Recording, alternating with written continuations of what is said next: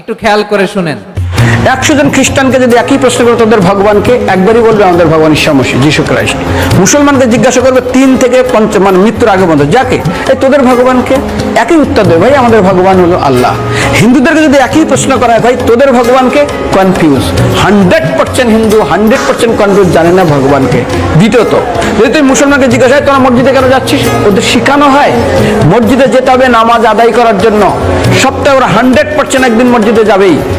তুমি যদি খ্রিস্টানদের জিজ্ঞাসা করো তোমরা কেন কোথায় যাবে, কোথায় যাও না, আমাদেরকে একদিন তারা চার্চে যাবে। কেন? ঈশ্বরের প্রার্থনা করার জন্য। ওদের শেখানো হয় জন্মের থেকে, এটা সংস্কার। আর হিন্দুদের যদি জিজ্ঞাসা করে তোমরা মন্দিরে কেন যাচ্ছ, হ্যাঁ আমার ছেলের বিয়ে হচ্ছে না, আমার মেয়ের বাচ্চা হচ্ছে না, আমার বাবা হসপিটালে আছে, কালকের আমার মামলার ডেট আছে, আমার ব্যবসা খুব খারাপ, আমার শরীর খুব খারাপ।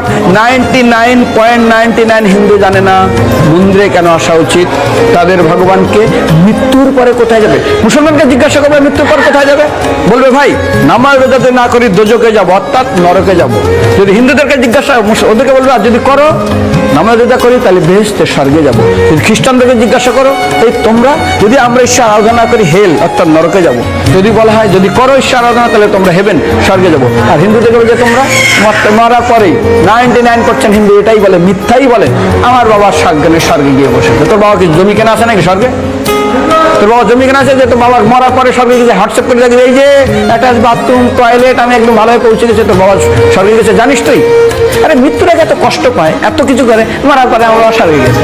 আরে যখন পুলিশে কোনো কয়েদি কোনো অপরাধীকে ধরে 2-4 ডান্ডা মারে, তারপর থানায় গিয়ে আরো ট্রিটমেন্ট করে, তারপরে কোর্টে বিচারে, তারপর জেল কাটে, মৃত্যুর আগে এত কষ্ট করে আমরা মারা যাই, মারা পরে আমরা স্বর্গে গিয়ে বসে আছে, ওর বাবার জন্য সুযোগ নিয়ে কেনা আছে না, এরকম বলা যাবে না। এই জন্য আমাদের শাস্ত্র বলে পরলোকগত, স্বর্গীয় বলে না। এখন প্রশ্ন হলো আমাদের কমসে কম নেই মামার থেকে কানা মামা ভালো, অন্যান্য দিনে ওয়ার্কিং ডে থাকে, তারা সময় পায় না। সেই জন্য বিশেষ করে যেদিন তারা সময় পায় কিছুটা তো কৃতজ্ঞতা জানানো উচিত ভগবানকে।